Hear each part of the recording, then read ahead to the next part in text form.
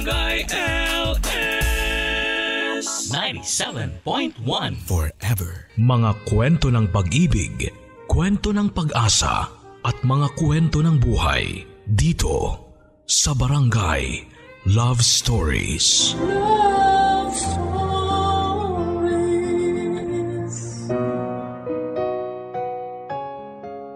Saan ka nga ba madalas may kaagaw? Saan ka ba madalas nang aagaw? Sa mundong kailangan mong hawakan ng mabuti ang nasa iyong mga kamay dahil marami ang nakaabang para hablutin ito nang walang paalam. Sa mundong ginagalawan natin, hindi natin masasabi kung mapagkakatiwalaan natin ang mga nakapaligid sa akin. Hindi tayo pwedeng basta-basta na lamang pumikit dahil alam naming anumang oras ay may isang taong kayang umagaw. Kayang umagaw ng meron ka. Kaya nga sabi ko, kung importante sa iyo ang isang tao o bagay, bantayan mo at pangalagaan mo. Dahil marami sa paligid mo ang nakaabang para makuha ang meron sa iyo. Kung usapang pangaagaw din lang naman, may kwento sa akin ang letter sender na si Ray dahil minsan ay inagawan siya. Hindi ng pagkain, damit o sapatos kundi ng isang tao. Isang tao ang inagaw sa kanya. At kaya ba niyang patawarin ang taong yon o magtatanim siya ng sama ng loob hanggang umabot siya sa kanyang huling paghinga? Ikaw kapuso, kapag inagawang ka ba, kaya mo bang magpatawad at kalimutan na lang ang lahat? Alamin natin kung sino si Ray dito lamang sa mga kwento ng pag-ibig, buhay at pag-asa sa nangungunang Barangay Love Stories. Dear Papa Dudut, ako nga pala si Ray, 25 years old. Gusto kong sabihin sa inyo na ang kwentong mapapakinggan ninyo ay walang happy ending. Inunahan ko na kayo dahil yun naman ang katotohanan. Sanay naman ako na hindi ako naging masaya. Alam ko namang kahit sa dulo ng buhay ko ay hindi rin ako magiging masaya. Gusto kong simulan ang aking kwento nang minsang inakala kong totoo na pwede pa akong maging masaya. Nakilala ko noon si Claire, 20 years old. Sales lady ito ng perfume section sa isang mall. Siguro ay tadhana na makilala ko siya dahil noong mga oras na yon ay nangangailangan ako ng pabango para iregalo sa aking kaibigang ikakasal. Nagkataon na nandun si Claire at una pa lang na lumapat ang mga mata ko sa kanya, Papa Dudut. Gusto ko nang maniwala sa love at first sight. Hindi sobrang ganda si Claire pero kapag tumatagal ang pakikipag-usap mo sa kanya ay mabibighani ka sa kanyang maliit na mga labi at mapuputing ngipin. Chinita rin ito at mataba ang mga pisngi kahit sabihin pang balingkinita ng kanyang katawan. Mas lalo akong nagkaroon ng interes sa kanya tuwing naririnig ko ang malamyos niyang tinig na para bang hinihele ka. Kaya nga napabili tuloy ako ng pabango sa kanya kahit na hindi ko naman sigurado kung magugustuhan yon ng kaibigan ko. At kahit alam kong merong pang mas okay na pabango kesa doon sa sinabi ni Claire na bilhin ko. Makalipas ang 3 araw ay bumalik akong muli para makita si Claire. Pinaghandaan ko na yon, Papa Dudut. Dahil nung una ay mukha akong gusgusing teenager noong makaharap ko siya. At alam kong hindi siya nagkaroon ng interes sa akin noon. Marahil dahil sa aking itsura. Kaya naman sa pangalawang pagkikita namin ay sinigurado kong suot ko na ang polong nagpapagwapo sa akin. At maong na nagpapakita ng magandang hubog ng aking mga hita at likurang bahagi. Nang makita ako nito ay natuwa akong naalala pa niya ako. Ibig sabihin lang noon ay nagkaroon din ito ng interes sa akin. 1 point na yon para sa akin. Pinaghandaan ko na rin ang pera ko noon dahil alam kong kailangan kong bumili ulit ng pabango kung gusto kong makilala siya. Sinigurado kong mapapapayag ko siya sa isang date after kong bumili ng pabango sa kanya at nangyari nga. Pumayag siya. Sobrang tuwa ako noon, Papa Dudut, nung binigay niya ang kanyang number at sinabing day off niya tuwing Sabado. May basketball ako noon pero mas pinili kong i-cancel para lamang makadate si Claire. Iba talaga ang naging tama ko sa kanya, kaya naman yung next kong plano ay mapasagot siya at papadudot. After ilang dates ay naging karelasyon ko na nga si Claire. Kahit sino sigurong lalaki ay mafo-fall kay Claire. Sa paningin ko, lagi siyang gumaganda. Hindi nakakasawa ang kanyang mukha, lalo na ang kanyang tawa. Yung tawa niya ay para sa akin ang pinakagusto kong tunog sa mundong ito. Sobrang nagiging corny na ako. Alam ko, pero hindi ko mapigilan ang sarili ko. At tulad ng sinabi ko sa inyo, kahit sino ay pwedeng ma-fall kay Claire dahil kapag nakilala niyo siya, maiintindihan ninyo kung bakit ganito ako at hulog na hulog sa kanya. Bukod sa kanyang itsura kasi ay maganda rin ang ugali niya. Pinakagusto ko yung pagiging supportive niya sa mga pangarap ko sa buhay kahit na alam kong palpak lahat yon. Lagi siyang nakikinig sa akin at ito ang pinaka-paborito ko sa kanya. Kahit madalas ay puro rants lang tungkol sa aking ama ang naririnig niya sa akin, ay andyan pa rin siya, handang makinig. Sobrang nakaka-bad trip si Papa, kung alam mo lang. Sige, magkwento ka lang. Alam mo namang makikinig ako sa'yo, di ba? Pasensya na Claire kung ikaw na lang lagi yung napaglalabasan ko ng sama ng loob ha. Ayos lang yun, ano ka ba? Ano bang klaseng girlfriend ako kung simpleng bagay na ganito hindi pa kita papakinggan? Kasi nakakahiya na. Sa tuwing nagkakaroon kami ng problema o away ni Papa, andyan ka para maging shock absorber ko. Wala yun, ano ka ba?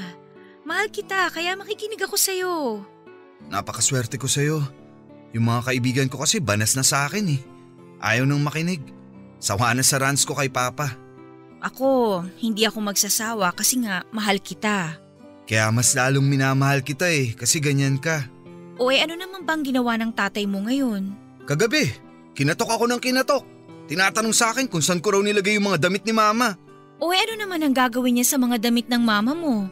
Ipapasuot niya raw dun sa babaeng kasama niya. Ano? Makikitulog daw kasi sa amin ng 2 araw bago umuwi sa kanila sa probinsya. Kaano-ano ng tatay mo yun? Babae niya. Mukhang sanay na sanay ka nang lagi siya nag-uuwi ng babae sa bahay niyo Halos ipunas na niya sa mukha ko ang katotohanan na hanggat nabubuhay siya, magdadala siya ng babae dun para ikama. Paano yan? Pinahiram mo ba yung damit ng nanay mo? Siyempre hindi ko binigay ang mga damit ni Mama. Ano ako, tanga? Hayaan ko ba silang bastusin ang alaala ng nanay ko? Mabuti naman. Anong sabi ng tatay mo? Wala. Alam ko nainis siya sa akin pero wala siyang magawa. Dahil kailangan mukha siyang mabuting ama sa akin sa harap ng babae niya. Pero hindi naman talaga. Hindi talaga. Never siyang naging mabuting ama sa akin. At mas lalong di siya naging mabuting asawa kay Mama nung nabubuhay pa siya. Siguro miss na miss mo na ang mama mo, no? Araw-araw. Lalo na tuwing binabaliwala ako at mas inuuna ni Papa ang mga babae at alak niya. Alam mo, kung nasaan man ang mama mo ngayon, nalulungkot yun dahil sa nangyayari sa inyong mag-ama niya. Alam ko naman yun, pero sinumpa ko na sa sarili ko na kahit kailan, di ako makikipag-ayos sa tatay ko. Kahit kailan. Seryoso ako, Papa Dudut, nung sinabi ko kay Claire na kahit kailan ay hindi ako makikipag-ayos sa tatay ko. At alam kong nauunawaan niya yon dahil sa mga kwento ko sa kanya na mga pinagdaanan namin ni Mama sa tatay ko noong buhay pa ito. Wala akong maalalang magandang ginawa niya para sa amin, lalo na kay Mama. Bata pa lamang ako ay mulat na ako sa ginawang kahayupan ni Papa kay Mama. Bata pa lamang ako ay iba't ibang babae na ang nakikita kong dinadala ni Papa sa bahay kahit buhay pa si Mama. Alam ko noon ay ako lang ang may alam, pero matagal na palang alam yon ni Mama pero hindi lang ito kumikibo at tinitiis ang lahat ng pasakit. Tuwing sasapit ang gabi, nararamdaman ko na lang ang paghiga at pagtabi ni mama sa akin sa kwarto. Alam kong kapag gano'n na ang nangyayari ay may inuwi na namang babae si papa at kailangan niya itong ikama. Awang-awa ako kay mama lalo na kapag naririnig ko itong pahikbing umiiyak. Pilit man niyang itago sa akin ang iyak niya ay naririnig ko naman at nararamdaman ko yon.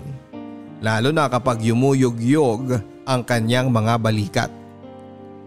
Nagpapanggap na lamang ako madalas na tulog para hindi ito mabahala sa akin.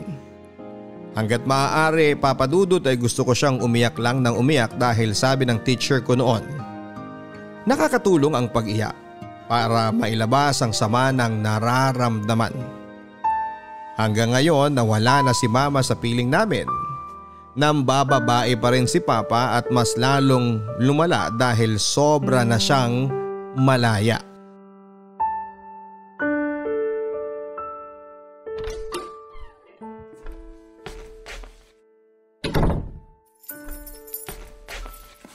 Oh, mabuti naman at dumating ka na. Ano na naman ba ang kailangan nyo, pa? Kumain ka na ba? Huwag na kayong magpaligoy-ligoy dyan. Alam ko namang di ka talaga interesadong malaman kung may laman ng sikmura ako o wala. Kung ganun pala, di buksan mo na ang kwarto mo. Ano na naman ang balak nyong gawin sa kwarto ko? May papatulugin kayong babae nyo? Di ba pwedeng sa kwarto nyo na lang? At hayaan nyong ako na lang po ang makinabang sa kwarto ko? Ano ba ang problema mo at ganyan mo ipagdamot ang kwarto mo sa akin, ha? Napakaganda ba ng kwarto mo? Nung minsan may pinatulog akong babae doon, nagreklamo dahil amoy amag ang kwarto mo. Maglinis ka nga ron! Di wag niyong patulugin yung babae niyo doon para di makaamoy ng amag. Kawawa naman ang baga niya. Doon na lang sa kwarto niyo. Magtiis siya sa amoy ng yosi at alak. Wala akong interes makipagratrata sa'yo ngayon, Ray. Isa lang naman ang kailangan ko. Huwag niyong sabihin na kailangan niyo ang kwarto ko dahil pagod ako at kailangan kong magpahinga dahil maaga pa ako bukas. Hindi yon. Pahiramin mo lang ako ng electric fan mo dahil nasira yung sa akin. Masyadong mainit yung kwarto ko ngayon. Kawawa naman yung kasama ko. At sa akin, di kayo naaawa? Masyadong sensitive ang skin nung kasama ko eh. Ikaw naman, pinalaki ka naming di maluho sa balat kaya sige na. Ibabalik ko rin bukas sa umaga pag-alis niya. Iba rin kayo eh. Mas inuuna niyo pa ang kalagayan ng babae niyo kaysa sa akin ng mismong anak niyo. Pwede mo naman buksan ang bintana mo para makapasok ang hangin eh. Mas maganda pa ang hangin sa labas kaysa yung sa electric fan. Di kayo na lang pala ang gumamit ng hangin sa labas. Total, mas maganda pala yun eh. Huwag mo na akong pilosopuhin at… Ayan kunin nyo na lang sa loob ng kwarto ko. Ayoko nang makipagtalo. Mabuti naman at kinontrol mo yung karamutan mo. Saan ka pupunta? Maghahanap ng matutulugan, yung may electric fan. Sa tuwing nagkakaroon kami ng pagtatalo ni Papa tungkol sa mga babae niya, ay hindi ko maiwasang balikan yung mga panahong nananahimik ako sa mga ginagawa niya kay mama. Nagkaroon ng malubhang sakit si mama at bilang na ang mga oras niya noon. Inaasahan kong ito ang magpapabago kay Papa. Kahit na hindi na sana siya matauhan at maisip na mali ang ginagawa niya sa amin ni mama. Pero hindi eh. Tuloy-tuloy pa rin siya sa pambababae kahit alam niyang ganon ang kalagayan ni mama. Magkasama na kami ni mama sa kwarto at ako na mismo nag-aalaga sa kanya dahil hindi yon magawa ni Papa. Panay ang iyak ko noon at si mama ang nagpapatahan sa akin. Ayaw niyang marinig na umiiyak ako at panay ang sabi nito na kapag nawala na siya, alagaan at bantayan ko raw ang aking ama. Bakit ko gagawin yon? Ni minsan ay hindi niya yung ginawa sa amin ni mama. Hindi na lamang ako umiimik kapag sinasabi yon ni mama dahil ayokong pasamain ang kanyang loob na pwedeng maging dahilan para lumubha ang kanyang karamdaman. Panay ang dasal ko noon na sana ay magkaroon ng himala at muling sumigla si mama. Ayokong kunin siya ng Diyos dahil hindi ko alam kung paano mabubuhay sa piling ng aking ama. Pero hindi ito dininig.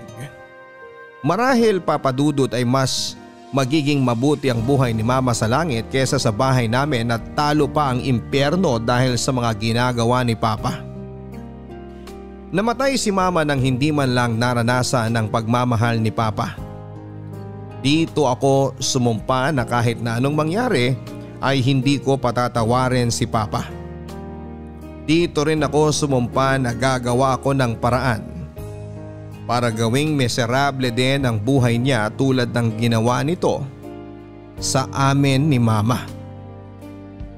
Isa sa mga dahilan kung bakit kami nagkakasundo ni Claire ay dahil pareho kaming galit sa aming mga tatay.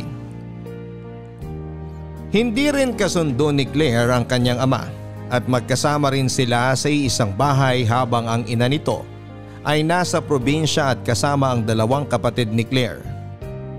Naiwan si Claire para samahan ng kanyang amang basagulero. Yun kasi ang bilin ng kanyang ina at bukod doon, ang tinitirhan nila ngayon ay malapit sa kanyang trabaho. Kaya naman hindi niya maiwasan ang kanyang ama dahil doon. Tinitiis na lamang nito ang sitwasyon nila at hanggat maaari ay umiiwas na lamang sa away. Umuuwi ito madalas kapag alam niyang lango at tulog na dahil sa alak ang kanyang ama. Kaya nga alam kong gusto lang nitong magpalipas ng oras kapag kasama ako para pag-uwi nito. Matutulog na lamang siya at hindi na poproblemahin pa ang kanyang ama. Minsan nga papadudot, noong nagkasagutan sila ng kanyang ama, ay nakiusap si Claire sa akin na sa akin muna siya tumira kahit ilang araw lang.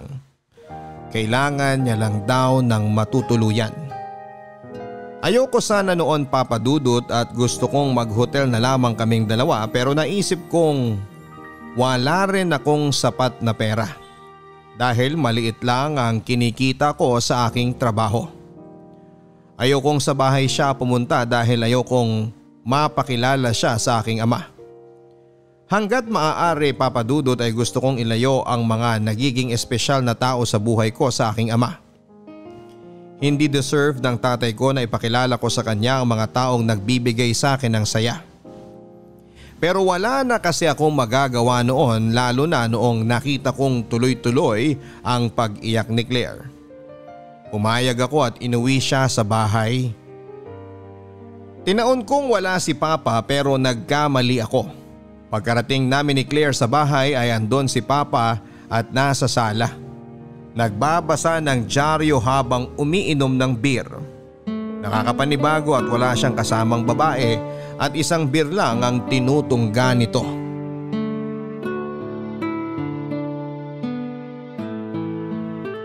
Oh, hindi mo ba lang ba ipapakilala ang kasama mo?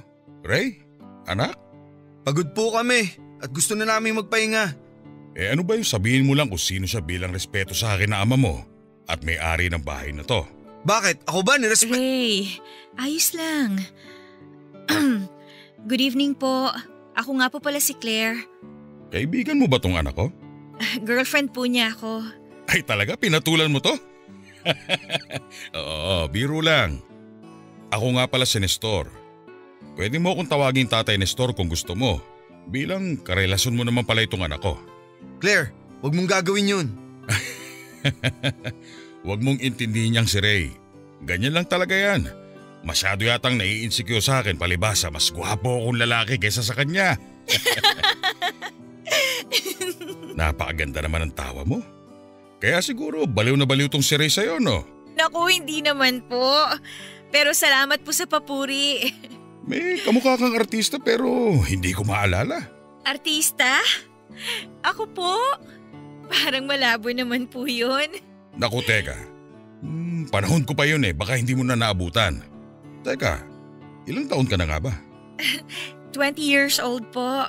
Aba hindi naman pala nalalayo ang edad mo sa akin. 30 lang ako. Ay.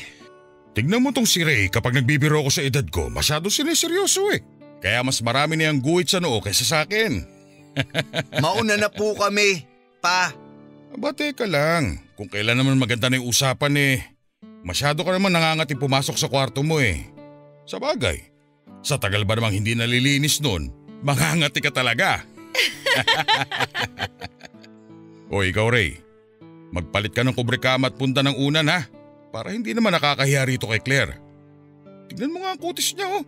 Napakaganda, napakakinis. Hindi pwedeng dapuan ng surot o kung ano man insekto doon sa kama mo. Grabe naman po kayo.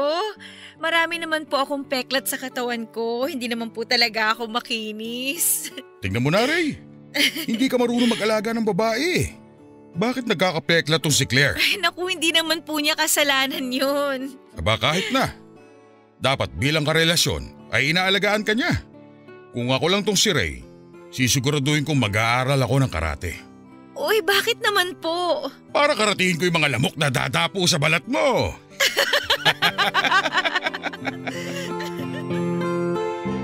Banas na banas ako noon habang pinakikinggan ng palitan ng usapan ni na Claire at Papa. Asar na asar ako habang pinapatawa ni Papa si Claire at mas lalo akong naiinis kapag naririnig kong bumebenta ang biro niya sa GF ko. Nakakainis lalo na't ako ang ginagawang sentro ng biro ni Papa na nakakasakit ng pride ko. Pero wala akong magagawa noon lalo't parang tuwang-tuwa pa si Claire. Akala ko ba ako ang kakampi niya? Bakit parang bumaliktad? Bakit parang mas giliw na ito sa tatay ko kaysa sa akin na mismong karelasyon niya? Asa na yung sinasabi niyang galit din siya sa tatay ko dahil galit ako dito? Parang hindi ko naman yon nakita sa kanya noong nagkaharap silang dalawa. At mas lalong hindi ko yon nakita noong mga sumunod na araw habang nakatira sa amin si Claire. Ang usapan namin ni Claire noon, Papa Dudut, ay mananatili lamang ito sa bahay ng 1 linggo. Babalik din siya sa kanila after niyang magpalamig sa naging away nila ng kanyang ama. Lumipas na ang 2 linggo pero andun pa rin siya. Sa totoo lang ay wala namang problema sa akin kung doon siya tumuloy. Gusto ko nga yon dahil gusto ko na sa bawat pagtulog at pagising ko ay siya ang nakikita ko. Pero sa tuwing andun siya, naiinis ako dahil mas marami pa itong oras na nakakausap ang tatay ko kesa sa akin. Tulad na lamang noong nakaraang pagka-uwi ko ay nakita kong sabay na silang kumakain ng tatay ko. May dala pa akong pagkain galing sa fast food na pagsasaluhan sana naming dalawa sa kwarto pero itong si Papa nagpakitang gilas. Naglutong bigla at tinawag si Claire para kumain. Kararating lang daw noon ni Claire at mas nauna ito ng 30 minutes sa akin dahil nga na traffic ako. At syempre naghintay sa order kong pagkain namin. Pero ano ang nadatnan ko? Magkasama silang kumakain at nagtatawanan pa. Ipinakita kong masama ang loob ko kay Claire. Hindi ko ito inimik at kumain ako mag-isa sa kwarto. Napansin naman niya yon at agad siyang nagsorry sa akin. Nahiya lang daw siyang tumanggi sa tatay ko nang alokin siya ng niluto nito kaya pumayag na siya. Sumagot ako at sinabing kahit ako naman ay hindi ko naranasang ipagluto ng tatay ko. Yun pa lang ang unang beses na nakita kong nagluto si tatay at para pa sa ibang tao. Mas lalo tuloy akong nagalit sa tatay ko dahil pinaparanas niya kay Claire ang mga bagay na hindi niya pinaranas sa akin bilang anak. Pero hindi ko inaasahan na meron pa palang mas malubhang ipaparanas na sama ng loob sa akin si Papa at si Claire. Anong ginagawa niyo? Mag-explain ako, Ray. Oo, dapat lang mga hayop kayo. Huminahon ka muna anak. Huwag mo akong tawagin anak, baboy ka! Huwag mo pagsalita ng ganyan. Anak lang kita, gago ka. Bakit? Wala akong karapatang pagsalitaan ka ng ganito? Matapos kong mahuli ang kaayupan yung dalawa? Please, Ray, huwag kang sumigaw. Nakakahiya sa mga kapitbahay. Ikaw? Mahihiya sa kapitbahay? Sa akin mismo na boyfriend mo, di ka nahiya. Di ka na nahiya na pumatong ka sa tatay ko. Ilang beses ka nang kinaman ng tatay ko, ha? Please, Ray, mag-usap tayo. Pag-uusapan ba natin kung paano ka napaligayan ng tatay ko? Di ba sapat ang katawan ko, Claire? Di ba kita napapaligaya para kailangan mong sumampa sa kama ng tatay ko? Anong kulang ha? Please, wag mo akong pagsalitaan ng ganyan. Hindi mo naiintindihan na nangyayari. Ray! Oo! Talagang di ko naiintindihan dahil ako ang boyfriend mo! Kung meron ka mga ibang papatungan, ako yun! At hindi ang tatay ko! Tumigil ka na! Sobra ka na! Susungal-gali na kita dyan! Di gawin nyo! Kayo ang sobra na! Mula pagkabata ko, puro sama ng loob na ang binibigay nyo sa akin hanggang ngayon! Nagmamahalan na kami ni Claire. Nagmamahalan o nilasing mo siya para may kama mo? Huwag mo akong pag-isipan ng ganyan! Huwag pag-isipan ng ano? Claire, naririnig mo ba ang sinasabi mo? Bakit? Ano pa ba ang gusto mong isipin ko tungkol sa'yo?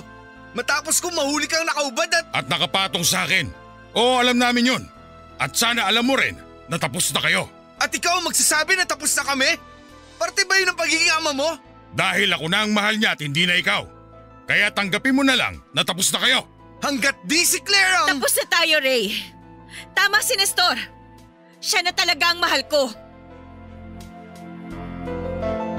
Parang nilamon ako ng lupa, Papa Dudut, sa mga narinig ko. Hindi pa ba sapat na nahuli ko silang magkasiping at kinakailangan pa nilang ipamukha sa akin na tama ang ginawa nila dahil sila ang nagmamahalan? Paano naman ako? Hindi ko alam ang gagawin ko noon. Gusto kong saksakin ang tatay ko pero alam kong pinipigil ako ng konsensya ko. Gusto kong saktan si Claire pero alam kong hindi yun ang gusto ng nanay ko. Hindi ko alam at hindi ko na talaga alam. Dapat pala una pa lang noong nakaramdam ako ng kutob ay hinuli ko na sila pero pinaabot ko pa talaga ng 1 buwan. Nagtiwala pa talaga ako at sinabing baka masyado lang marumi ang utak ko at iniisip kong hindi yon magagawa ni Claire pero nagkamali ako. Hindi ko alam pero kating-kati ako noong mag half day sa trabaho at nang nagkataon na araw yon ng Sabado. Alam kong day off ni Claire yon at saktong nasa bahay lang si Papa. Palihim akong umuwi noon at doon ay nakita ko ang hubot-hubad nilang mga katawan at narinig ko ang sabay nilang halinghing na mas lalong dumagdag sa paninikip ng aking dibdib. Niloko nila akong pareho at ang masakit ay tatay ko pa ang nagtapos ng relasyon namin ni Claire. Na dapat ako ang gumagawa dahil ako ang niloko.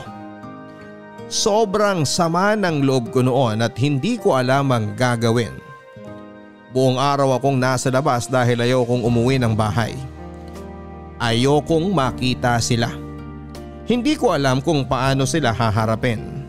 Naaalala ko natulog ako sa bus terminal noon at hinintay na sumikat ang araw bago umuwi.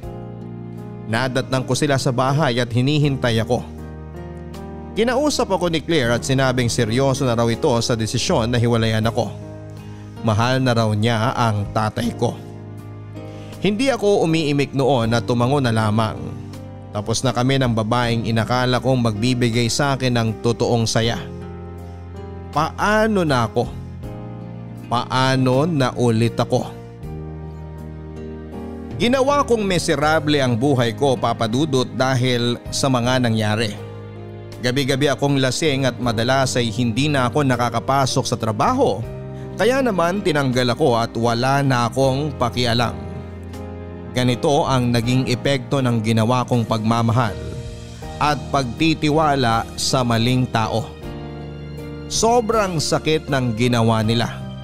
Sa tatay ko pa talaga napiling pumatol ni Claire at bakit sa kanya pa.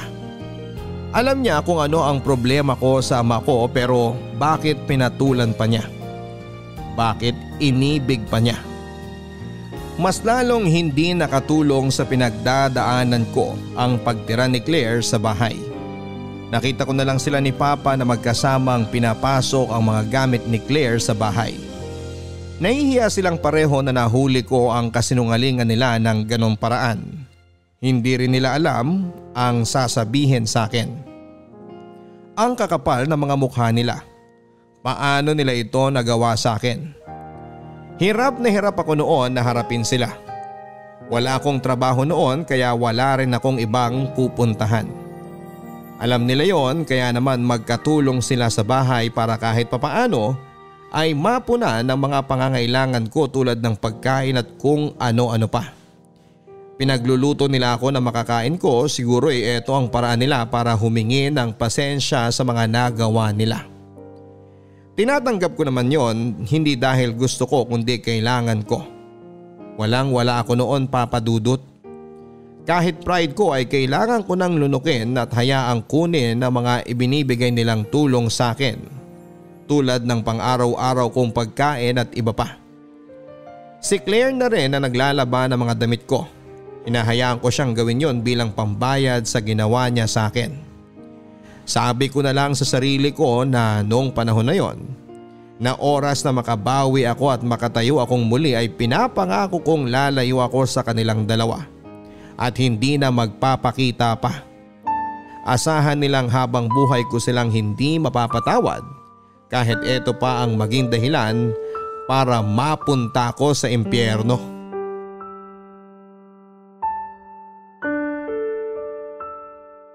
Ray, pwede ba tayong mag-usap?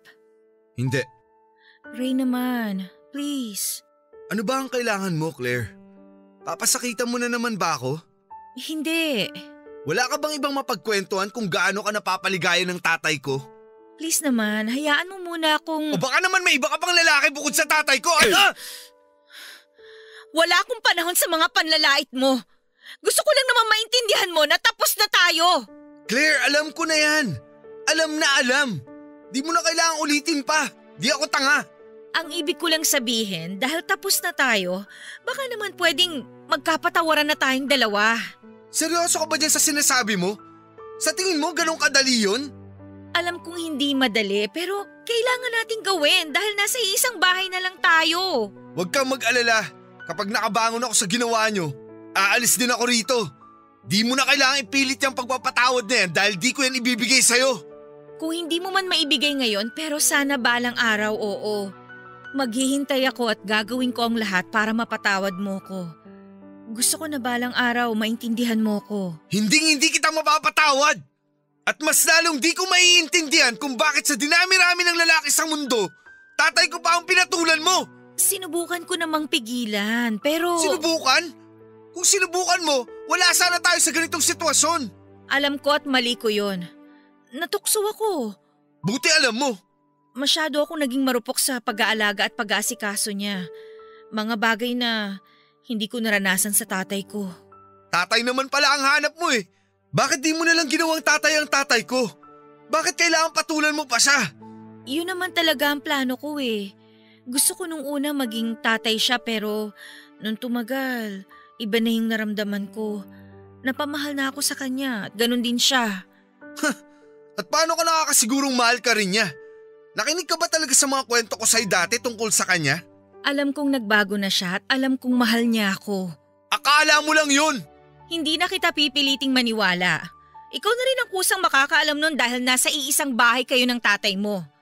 Nasa iisang bahay na tayo kaya kahit ayaw mo, kailangan mo akong pakisamahan at tanggapin ang sitwasyon nating tatlo. Kailangan kong tanggapin ang sitwasyon naming tatlo. Kailangang pilitin nila ako para gawin yon. Sino sila? Bakit hindi nila maintindihan na kaya ako ganito ay dahil sa ginawa nila at wala silang karapatang bigyan ako ng deadline kung kailan ako dapat makapag-move on na? Sinaktan nila ako. Ano ba ang inaasahan nilang reaksyon ko? Pero Papa Dudut, naisip ko na bakit nga ba hindi ko ibigay sa kanila ang gusto nila? Bakit ba hindi ko ipakita sa kanila na ayos na ako at ipamukha sa kanila na hindi sila ang magiging dahilan para masira ako? Ayokong ipakita sa kanila na talunan ako sa sitwasyon naming tatlo. Hindi pwedeng habang masaya sila ay miserable ako. Hindi ko ibibigay sa kanila ang satisfaction na makita nila akong pasira ang buhay habang sila ay nagsisimulang bumuo ng buhay nilang magkasama at masaya. Kaya naman naisip ko ang isang plano. Pinaramdam ko sa kanilang dalawa na ayos na ako. Kahit alam kong hindi sila parehong kumbinsido dahil madalas pa ring matatala sa mga salitang ginagamit ko sa kanila sa tuwing magkakasalo kaming kumakain. Hindi lang sila lumalaban pa at hinahayaan akong magsalita.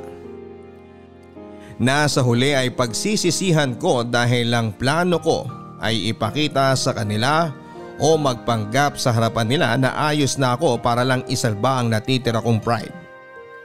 Gabi-gabi akong nag-uuwi ng babae doon. Ginagawa ko ang hilig na ginagawa ni Papa noong bata pa ako at noong hindi pa sila ni Claire. Ipinapakita at tinataong kung andun silang pareho kapag nag-uuwi ako ng babae.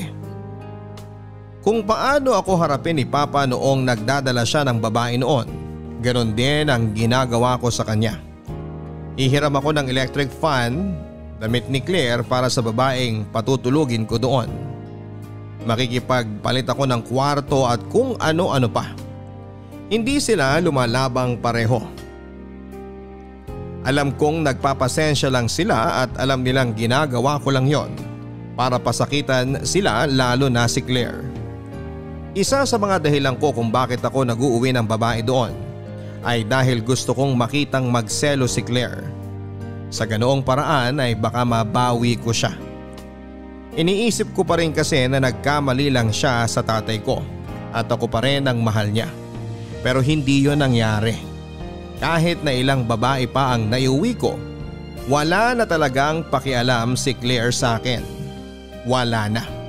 Araw-araw miserable pa rin ang buhay ko at araw-araw mas lalo itong nasisira sa tuwing nakikita ko ang pagmamahalan ni na Claire at Papa. Sa unang beses sa buhay ko ay hindi ko nakitang nag-uwi pa ng ibang babae si Papa.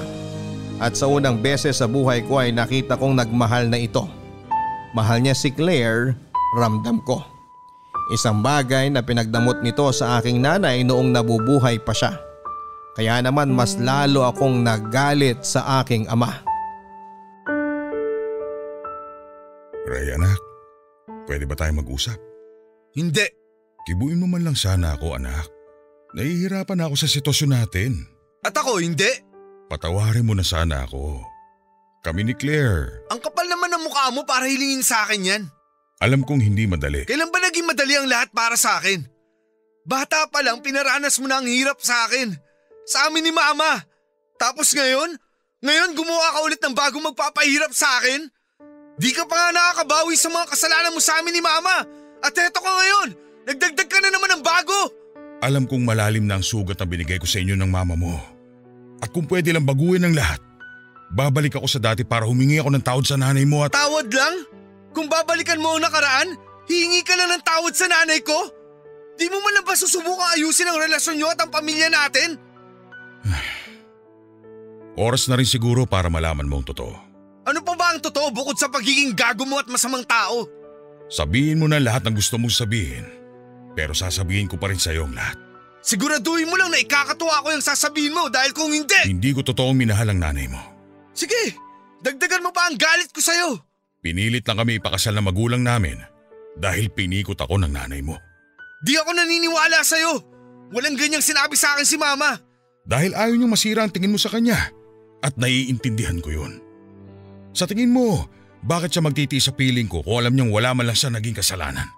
Kung makapagsalita ka, kala mo napakalinis mo ah. Alam kong may mga nagawa kong pagkakamali. Marami-rami yun. Pero sana maintindihan mo ako. Pinikot ako ng nanay mo. Minobya ako noon na mahal ko. Sinira kami ng nanay mo. Sinabi niya may nangyari sa amin kahit wala. At alam niya yon. Hinalikan ko lang siya nung nilasing niya ako nung minsan nagkainuman kami. Kasama ng mga iba naming mga kaibigan. Sinabi niya sa nobya ko na may nangyari sa aming dalawa. At hindi pa nakontento ang nanay mo. Kasunod nun, sinabi niya rin sa aming mga magulang.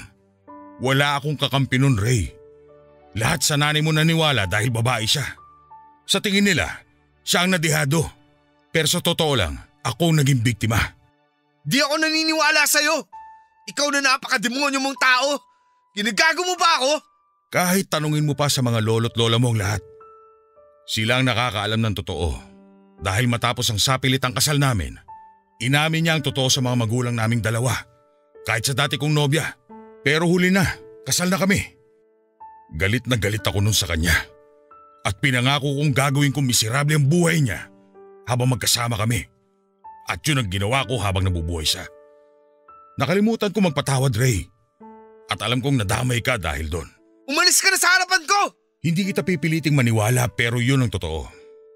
Huwag kang gumaya sa akin na nagtanim ng galit at pinasa ang galit na yun sa mga nanakit sa akin. Ayokong gumaya ka sa akin na hindi natutong magpatawad. Hayaan mo akong bumawi sa iyo, anak. Ngayon ka babawi? Kung kailan mas sinira mo ang buhay ko? Mahal ko si Claire. Siya lang ang babaeng gusto kong makasama. Siya ang nagpamulat sa akin sa mga nagawa kong mali sa inyong mag-ina. Dahil sa kanya, gusto kong magbago.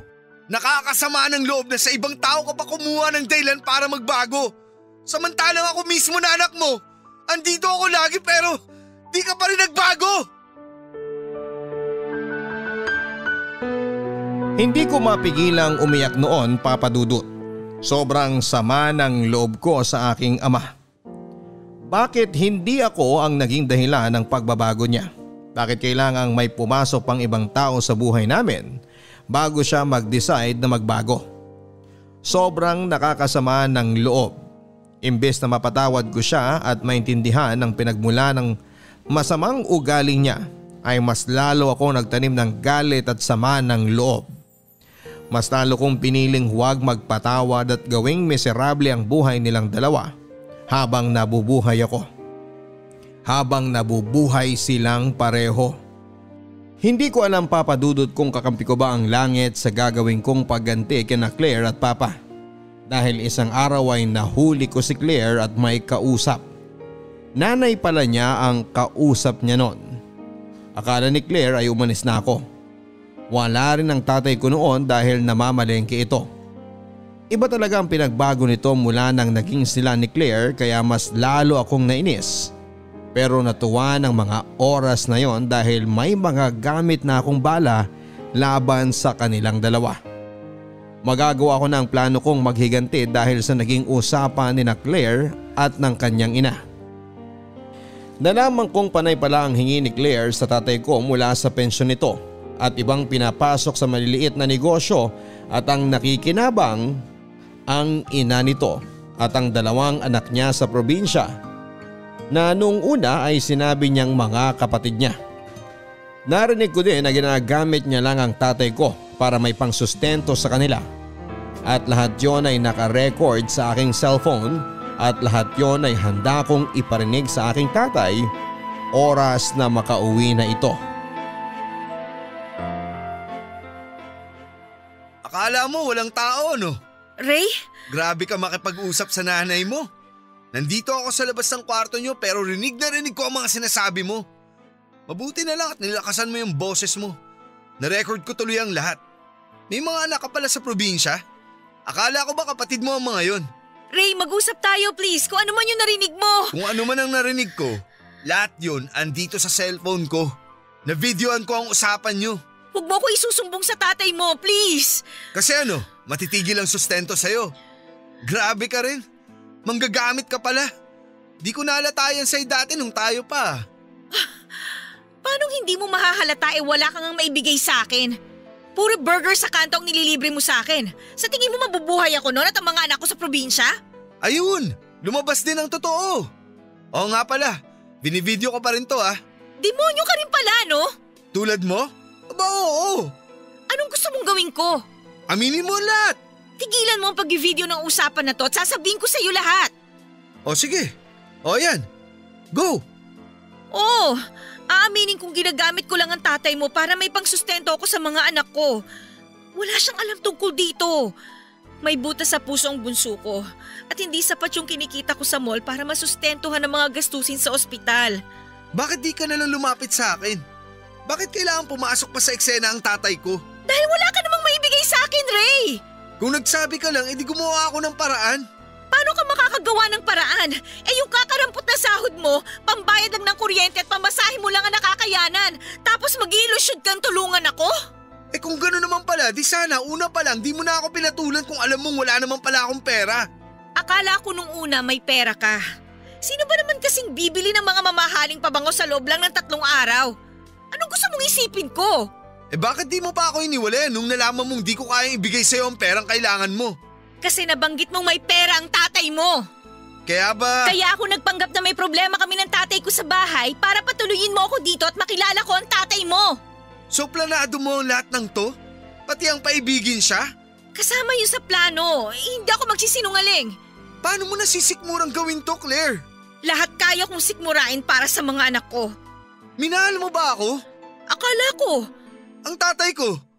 Sinusubukan ko. Nga pala, binivideo ko pa rin tong usapan natin. Ray! Pero pwede naman nating pag-usapan to. Madali naman akong kausap. Di naman ako pinalaking sumbongero. Ano, payag ka ba? Naipit na noon si Claire. Wala na siyang magawa. Alam niyang hawak ko na ang alas. Nakipagdila ko sa kanya na makipagsiping pa rin ito sa akin. Ilihim naming pareho na may relasyon kaming muli. Gawin niya ulit ang lahat ng ginagawa niya sa akin noon. Oo, Papa Dudut, sobrang baba ng ginagawa ko pero masisisi niyo ba ako? Bukod sa gusto kong gumanti ay gusto ko ulit mapasakin si Claire dahil Papa Dudut, kahit ganito na ang nangyari, alam ko sa sarili ko na mahal ko pa rin si Claire. Malungkot ako, masyadong desperado ang ginawa ko pero sa ganitong paraan lang ako mananalo. Pumayag si Claire sa lahat ng gusto ko, kapalit ng hindi pagsusumbong at hayaan ko siyang hut-hutan pa rin ng tatay ko. Lahat nga ay gagawin niya para sa kanyang mga anak. Natuwa akong pumayag siya. Mula noon, kapag wala ang aking tatay ay ako ang kaulayaw ni Claire. Alam kong napipilitan lang siya at nakakaramdam din ng pandidire pero wala siyang magawa. Hawak ko lahat ng magagandang baraha at anumang oras na pumalag siya. Handa akong ilatag ang mga barahang yon para angkinin ang pagkapanalo ko. Kung sa tingin nyo, kailangan kong maawa sa sitwasyon niya dahil sa mga anak niya. Oo, nakakaramdam naman ako noon. Pero mas nangingibabaw yung mapa sa akin siyang muli at makaganti sa aking ama. May iba pa akong binabalak, Papa Dudut, at lahat yon ay ibabahagi ko sa inyo habang nagpapatuloy tayo sa aking kwento. Pinalabas namin sa aking tatay na maayos na kaming dalawa ni Claire, na napatawad ko na silang pareho. Tuwang-tuwa naman siya lalo na tuwing kumakain kaming sabay-sabay sa pabilog naming mesa. Magkaharap sina Claire at Papa habang ako ay katabi ni Claire at habang panay ang kwento ni Papa sa mga nangyari sa buong araw niya ay ang kamay ko ay panay ang pisil sa hita ni Claire. Wala itong magawa kahit gustuhin niyang magalit. Tulad ng sinabi ko sa inyo, nasa akin kasi ang magagandang baraha. Tuloy-tuloy lamang na ganon at walang kamuwang-muwang si Papa sa nangyayari sa amin ni Claire. Tuwing gabi naman ay tinatawag ko si Claire para magsiping kami sa aking kwarto. Hindi siya makakatanggi. Kahit alam kong labag sa kanyang kalooban ay pumapayag siya. Natutuwa akong nakikita siyang nahihirapan sa kanyang sitwasyon.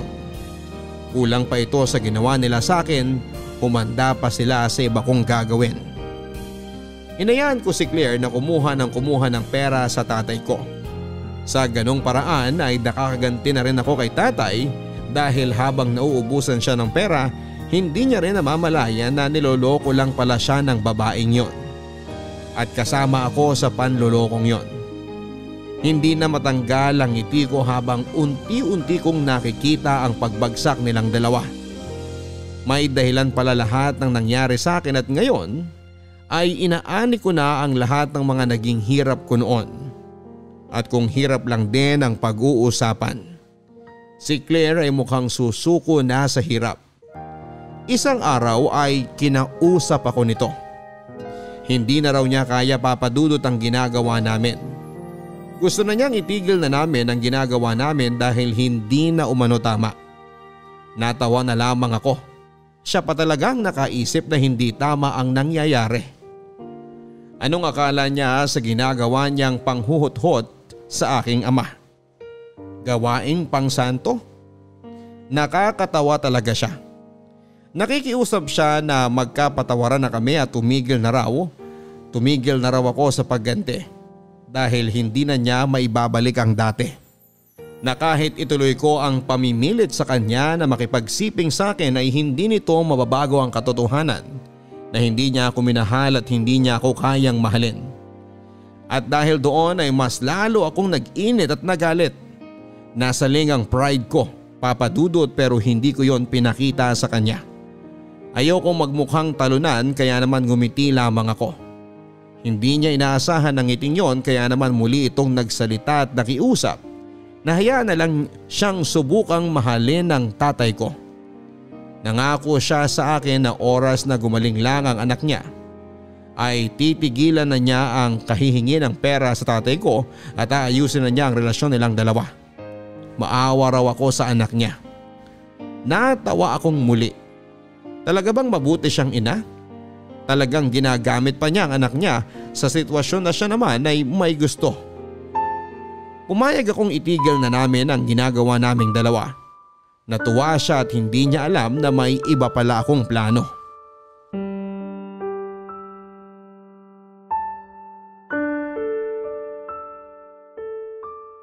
Kumusta pa? O Ray, andiyan ka na pala.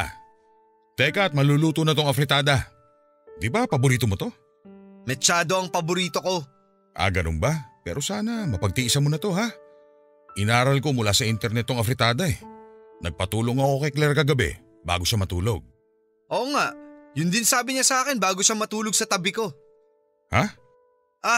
Oo nga pala. Ngayon ko aaminin sa'yo ang lahat.